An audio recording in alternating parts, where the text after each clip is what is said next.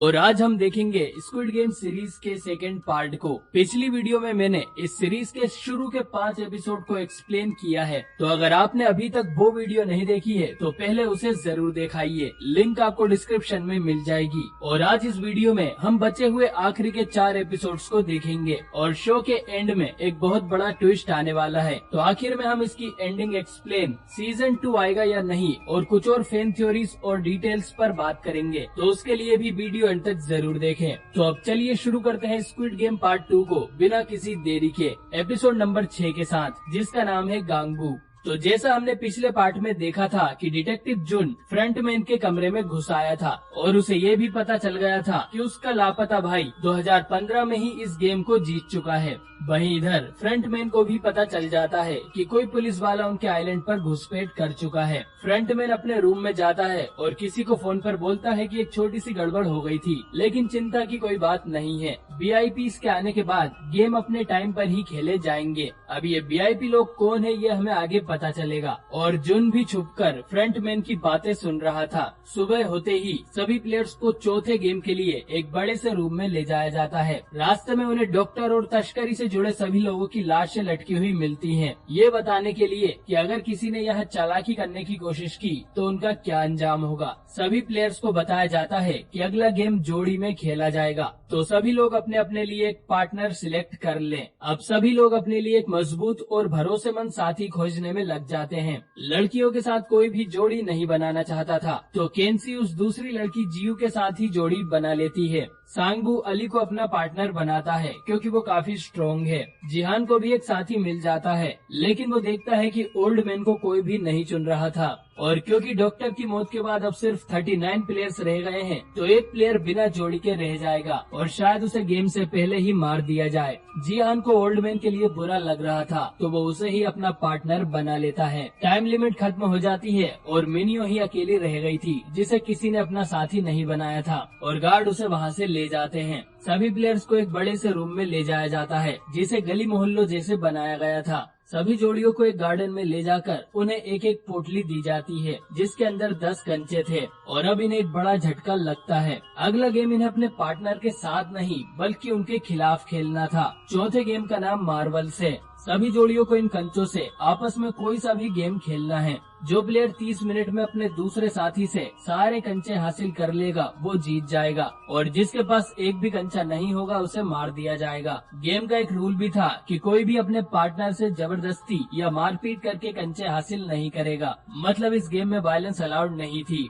सभी लोग कोई ना कोई गेम खेलने में लग जाते हैं। केंसी और जियू को कंचे खेलना नहीं आते थे, तो वो डिसाइड करती है कि वो एक ही गेम खेलेंगी जिसमें अपने सारे कंचे दाव पर लगा देंगी। लेकिन क्योंकि उनके पास 30 मिनट का टाइम था, तो वो आपस में बातें करने लगती हैं। केंसी बताती है कि वो इन सब पैसों से अपनी फैमिली को साथ लाएगी। सांगबू और अली ओड इवन गेम खेलने लगते हैं, जिसमें बेसिकली सामने वाले प्लेयर को गेस करना होता है कि तुम्हारे हाथ में इवन कंचे हैं या ओड। अगर वो सही गेस कर लेता है तो प्लेयर को अपने हाथ के कंचे सामने वाले को देने पड़ते हैं। अब क्योंकि ये किस्मत वाला गेम था, तो इसमें कोई स्किल नहीं चाहिए थी और अली इसमें जीतता जा रहा था। ये देखकर सांगबू बुरी तरह डर जाता है, क्योंकि उसके पास बस एक ही कंचा बाकी रह गया था, और वो अब एक दूसरा प्लान बनाता है। वो अली से कहता है कि हम दोनों ही इस गेम को जीत सकते हैं। उसके पास एक आइडिया है, लेकिन इससे पहले हमें बाहर जाकर ये देखना होगा कि बाकी प्लेयर्स कैसे खेल रहे थे। भोला भाला अली सांगबू की बातों में आ जाता है और बाहर जाने लगता है। सांगबू उसे रोकते हुए कहता है कि जाने से पहले तुम्हारी पोटली मुझे दो, मैं उसमें रस्सी जोड़कर उसे मजबूत कर देता हूँ ताकि कोई उसे चुरा न ले।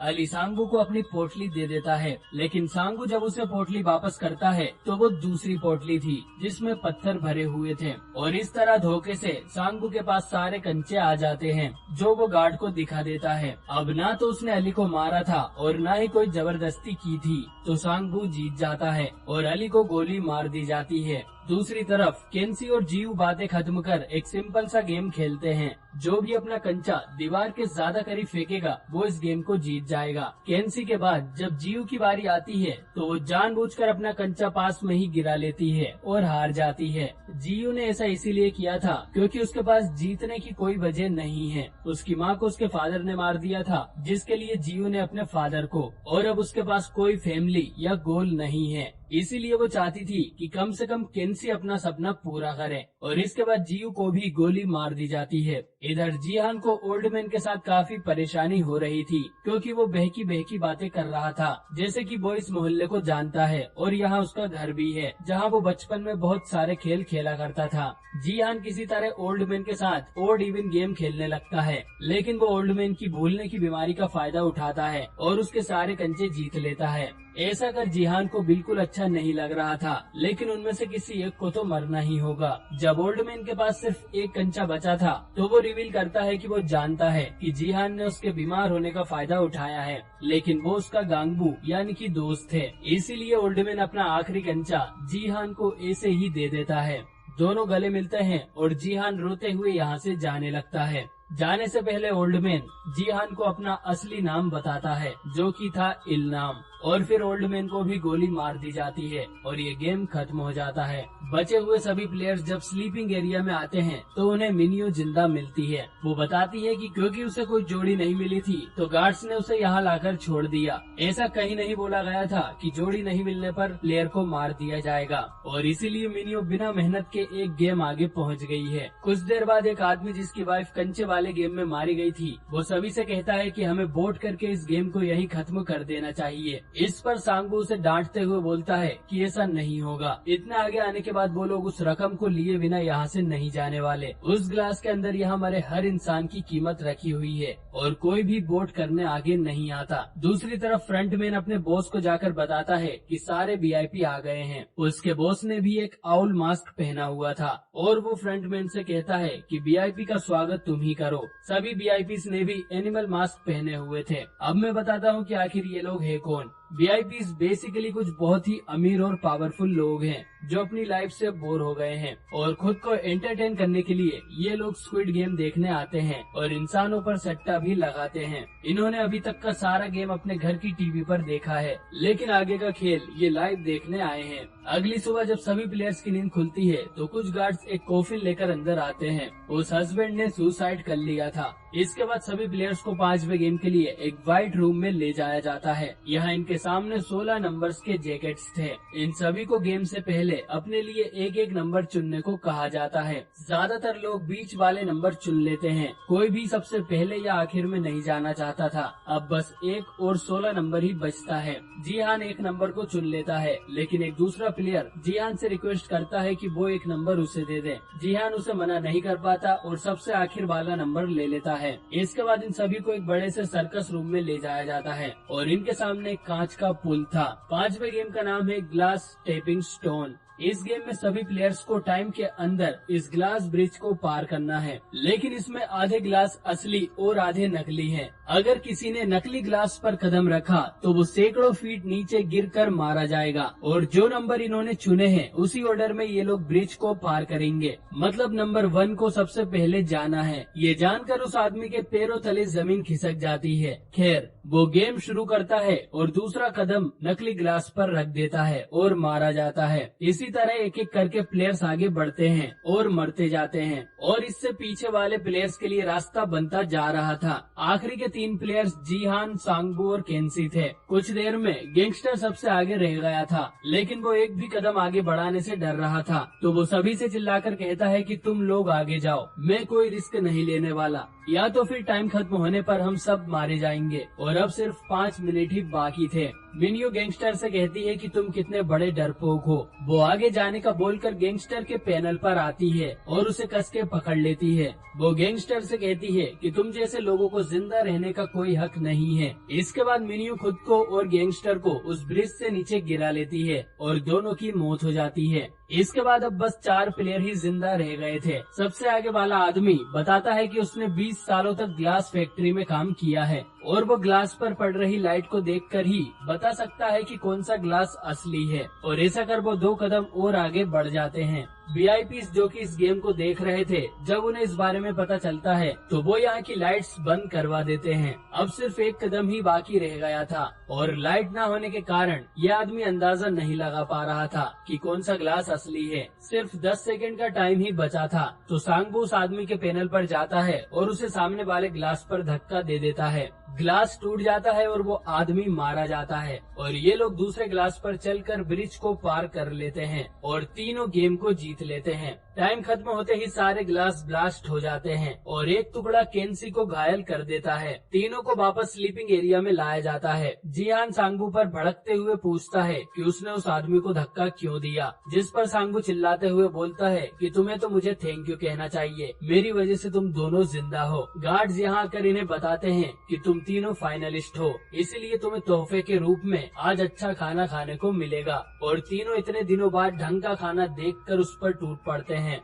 दूसरी तरफ जुन एक वीआईपी के कमरे में जाकर गन पॉइंट पर उसका मुंह खुलवा लेता है और सब कुछ अपने फोन में रिकॉर्ड कर यहाँ से भागने लगता है। वो एक डाइविंग सूट का यूज कर पास वाले आइलैंड तक पहुँच जाता है, लेकिन फ्रंटमैन अपने गार्ड्स के साथ उसका पीछा करते हुए यहाँ आ गया था। अब जुन के पास बस एक ही गोली बची थी जो वो फ्रंटमैन के कंधे पर चला देता है। जुन फ्रंटमैन से पूछता है कि वो कौन है। इस पर फ्रंटमैन अपना मास्क उतार देता है। ये और कोई नहीं बल्कि जुन का लापता भाई ही था। फ्रंटमैन जुन से कहता है कि मोबाइल मुझे दे दो और मेरे साथ चलो, इस तरह तुम जिंदा बच सकते हो, लेकिन जुन मना कर देता है। इस पर फ्रंटमैन जुन के कंधे पर गोली मारता है जिससे जुन गहरे समुद्र में जा गिरता है। इधर डिनर खत्म होने के बाद गार्ड सारा सामान लेकर यहाँ से चले जाते हैं, लेकिन वो इन तीनों के सामने एक एक चाकू रख जाते हैं और ये चाकू इन्हें आज रात के लिए डिफेंस या अटैक के लिए दिया गया था ताकि आज ये किसी एक को तो मार ही दे। तीनों अपना अपना नाइफ उठा लेते हैं और आज रात कोई भी सोने नहीं वाला था।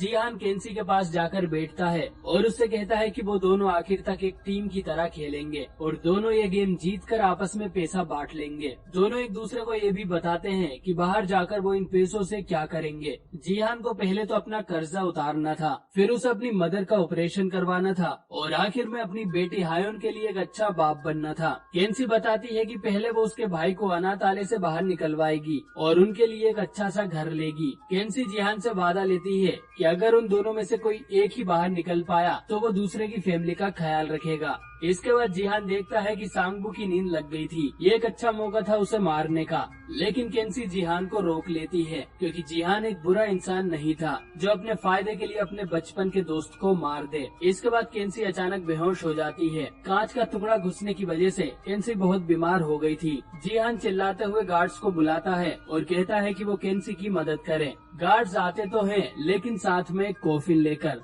जिहान पलटकर देखता है कि केंसी के पास सांगबो था। उसने केंसी के गले में चाकू मारकर बेरहमी से उसकी जान ले ली थी। ये देख जिहान गुस्से में सांगबो को मारने दौड़ता है, लेकिन गार्ड्स उन दोनों को रोक लेते हैं। अगली सुबह इन दोनों को छठे और आखिरी गेम के लिए ले जाया जाता है। गेम से पहले एक टॉस किया जाता है, ये जानने के लिए कि कौन ऑफेंस खेलेगा और कौन डिफेंस। जिहान टॉस जीत जाता है और ऑफेंस चुनता है और गेम के लिए दोनों को बाहर के मैदान में ले जाया जाता है। छठे गेम का नाम स्क्विड गेम है, जो कि जिहान और सांगबो बचपन में साथ खेला करते थे। इस गेम में एक खिलाड़ी ऑफेंस पर होता है और दूसरा खिलाड़ी डिफेंस पर। डिफेंस वाले को एक साइड से दूसरे साइड जाना है, अगर वो ऐसा कर लेता है तो वो जीत जाएगा। वही डिफेंस वाले का काम है ऑफेंस वाले को रोकना और गेम की बाउंड्री से बाहर कर देना। इस गेम में हर तरह का वायलेंस अलाउड है, मतलब अगर पहले खिलाड़ी ने दूसरे खिलाड़ी को मार दिया तो भी पहला खिलाड़ी जीत जाएगा। गेम शुरू होता है और दोनों एक दूसरे की जान लेने के लिए लड़ने लगते हैं। जिहान केंसी का बदला लेना चाहता था।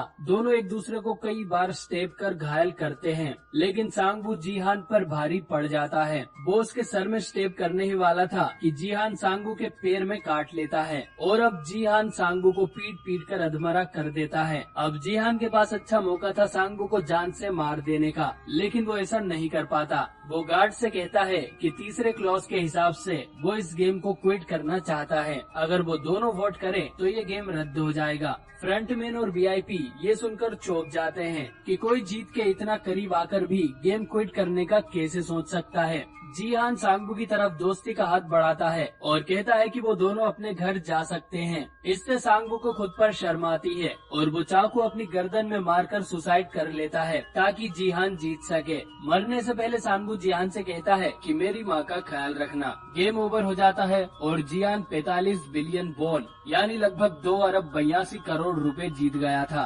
फ्रंटमैन जीहान को कांग्रेचुलेट करता है।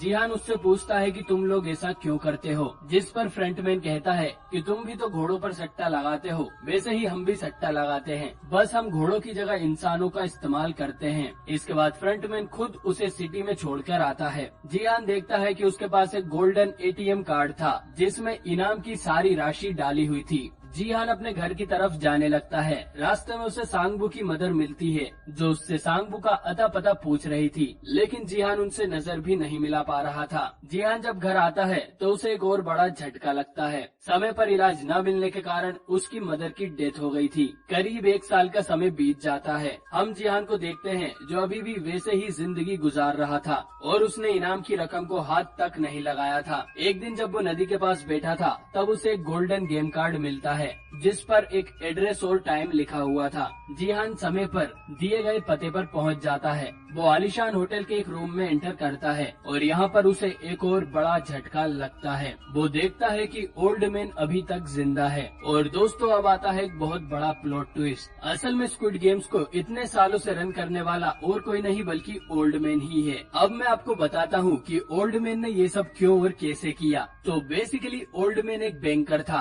और उसने अरबों में पैसे कमाए, लेकिन इतना अमीर होने के बाद भी उसे अपनी जिंदगी बोरिंग लगने लगी थी। मजा नहीं आ रहा है। तो उसने अपने कुछ और अमीर दोस्तों के साथ स्क्विड गेम शुरू करने का प्लान बनाया। ये लोग हर साल इन गेम से एंटरटेन होते रहे। वो ये भी जानना चाहते थे कि लोगों में कोई इंसानियत बची भी है या नहीं। इसीलिए red light green light game के बाद उसने सभी प्लेयर्स को घर भेज दिया था। मौत का तमाशा देखने के बाद भी लगभग सभी लोग अपनी मर्जी से इस गेम को खेलने वापस आ गए और पैसों के लालच में एक दूसरे का खून बहाया। अब बात करते हैं कि ओल्ड मैन ने खुद गेम में हिस्सा क्यों लिया था। ओल्ड मैन एक दिन पता चला कि उसे कैंसर है और वो मुश्किल से 1 साल ही जी पाएगा। इस पर ओल्ड मैन ने डिसाइड किया कि वो अब आखिरी स्क्विड गेम को सिर्फ देखेगा नहीं बल्कि वो गेम में हिस्सा भी लेगा और अपने बचपन की यादें ताजा करेगा। इस राउंड में ओल्ड मैन ने वही गेम्स चुने थे जो उसने खुद बचपन में कई बार खेले हों और वो जानता था कि उन्हें कैसे जीतना है। और कंचो वाले गेम में जीहान के जाने के बाद गार्ड ने ओल्ड मैन को गोली मारी ही नहीं थी। अब ये बात साबित करने के लिए कि इंसानों में कोई अच्छाई नहीं बची है, ओल्ड मैन जीहान के साथ एक आखिरी शर्त लगाता है। वो सड़क पर पड़े एक शराबी होमलेस की तरफ इशारा करता है और कहता है कि अगर ये आदमी आज 12 बजे से पहले ठंड से मर जाता है तो मैं जीत जाऊंगा और अगर उससे पहले किसी ने उसकी मदद कर दी तो तुम जीत जाओगे। 12 बजने के कुछ देर पहले ही उस आदमी के पास कुछ लोग आते हैं और उसकी मदद करते हैं। जीहान बोलता है कि देखो इंसानियत अभी भी जिंदा है और अपनी हार के साथ ही ओल्ड मैन की डेथ हो जाती है। जीहान को रियलाइज होता है कि इन लोगों की तरह वो अपनी जिंदगी और पैसों को बर्बाद नहीं करेगा बल्कि वो उनका सही कामों के लिए यूज करेगा। जीहान के यहाँ से जाने के बाद फ्रंटमैन इस रूम में आता है और अब ओल्ड मैन के मरने के बाद फ्रंटमैन ही स्क्विड गेम का बॉस बचा है। अगले दिन जीहान एक सैलून में जाता है और छपरी बनकर, मेरा मतलब अपने बाल कलर करवाकर बाहर निकलता है। अपने वादे के मुताबिक जीहान केंसी के भाई को अनाथालय से बाहर निकलवाता है और उसे सांगबू की माँ के पास छोड़ देता है। सांगबू की माँ खुशी खुशी उसे गोद लेने के लिए तैयार हो जाती है। इनके पास जीहान एक बैग छोड़कर यहाँ से चला जाता है। इसमें उसने इनाम के आधे पैसे डाले थे। उसने अपने आधे पैसे सांगबू के नाम पर उसकी माँ को दे दिए। कुछ दिनों बाद सांगबू अपनी बेटी हायोन से मिलने न्यूयॉर्क के लिए निकल रहा होता है, लेकिन तभी स्टेशन पर उसकी नजर उसी ट्रेन टू बुसान वाले एक्टर की तरफ जाती है जो किसी और मजबूर के साथ डाकची गेम खेल रहा था। जीहान तुरंत ही उसकी तरफ दौड़ता है, लेकिन ट्रेन टू बुसान वाला एक्टर ट्रेन में बैठकर निकल लेता है। जीहान उस मजबूर आदमी से उसका गेम कार्ड छीनकर नंबर डायल करता है। फ्रंटमैन फोन उठाता है और जीहान से कहता है कि वो अपने काम से काम रखे और चुपचाप न्यूयॉर्क चला जाए, लेकिन जीहान ने ठान लिया था कि वो और लोगों को मरने नहीं देगा और ये सब बंद करवाएगा। वो न्यूयॉर्क जाना कैंसिल कर देता है और यहीं पर स्क्विड गेम सीजन 1 खत्म हो जाता है। तो दोस्तों आपको ये सीरीज और ये एंड एंडिंग कैसी लगी कमेंट करके जरूर बताएं। और ओल्ड मैन वाले ट्विस्ट के हिंट हमें सीरीज में कई बार दिए गए थे। यही कारण है कि ओल्ड मैन का नंबर 1 था और सभी प्लेयर्स में वो अकेला ही था जो कि इतना बूढ़ा था, वरना किसी बूढ़े और बीमार को ये लोग गेम खेलने के लिए क्यों ही लेकर आएंगे। इसीलिए जब ओल्ड मैन ने लड़ाई बंद करने को चिल्लाया था तो फ्रंट मैन ने लड़ाई रुकवा दी थी, क्योंकि इसमें ओल्ड मैन को भी खतरा हो सकता था। रेड लाइट ग्रीन लाइट में तो ओल्ड मैन को कोई खतरा था ही नहीं, क्योंकि डोल उसे डिटेक्ट कर ही नहीं रही थी। बेसिकली हर गेम में ये तय था कि ओल्ड मैन को कोई नुकसान नहीं होगा। टग ऑफ वॉर वाले गेम में अगर आपने नोटिस किया हो तो ओल्ड मैन को लॉक्स लगाए ही नहीं गए थे। अगर उसकी टीम हार भी जाती तो भी ओल्ड मैन नीचे नहीं गिरता। जुन ने जब प्लेयर्स की फाइल चेक की थी तो वो सीधा नंबर 2 से शुरू हुई थी, क्योंकि ओल्ड मैन खुद का रिकॉर्ड क्यों ही रखेगा। और भी ऐसी कई डिटेल्स है जो आपको शो देखने पर ही पता चलेगी, जैसे कौन से गेम खेले जाएंगे इसकी जानकारी हमेशा प्लेयर्स की आंखों के सामने थी। जिस एरिया में ये लोग हर रोज सो रहे थे उसी की दीवारों पर हर गेम की पेंटिंग बनी हुई थी, लेकिन किसी ने इस पर ध्यान ही नहीं दिया। तो दोस्तों ये गेम बहुत ही ज्यादा सुपरहिट हो चुका है और जिस तरह इसके सीजन 1 को एंड किया गया है, हो सकता है हमें सीजन 2 भी जल्द ही देखने को मिलेगा, जिसमें शायद जीहान एक बार फिर से गेम खेलेगा, या हो सकता है वो खुद ही अगला फ्रंटमैन बन जाए। और मैं 100% श्योर हूँ कि जुन भी जिंदा है। फ्रंटमैन ने जानबूझकर उसके कंधे पर गोली मारी थी ताकि उसका भाई जिंदा बच जाए। अगर आपके पास सीजन 2 या इस शो से जुड़ी कोई भी थ्योरी या डिटेल है तो कमेंट करके जरूर बताएं। और इस सीरीज पर इतना अच्छा रिस्पांस देने के लिए भी आप सभी का थैंक यू। और पिछली वीडियो के कमेंट सेक्शन को हरा भरा करने के लिए भी। कोरिया में ऐसी डेथ गेम मूवीज और सीरीज भरी पड़ी है। अगर आप चाहते हैं कि मैं ऐसी कुछ और डेथ गेम सीरीज को एक्सप्लेन करूं तो आपको बस कमेंट में लिखना होगा मजा आया। मैं समझ जाऊंगा और जल्द ही आपके लिए कोई धांसू डेथ गेम सीरीज लेकर आऊंगा। बाकी वीडियो पसंद आई हो तो इसे लाइक करना ना भूलें और ऐसी ही मजेदार वीडियोस के लिए चैनल को सब्सक्राइब भी जरूर करें। मैं मिलता हूँ आपसे बहुत ही जल्द एक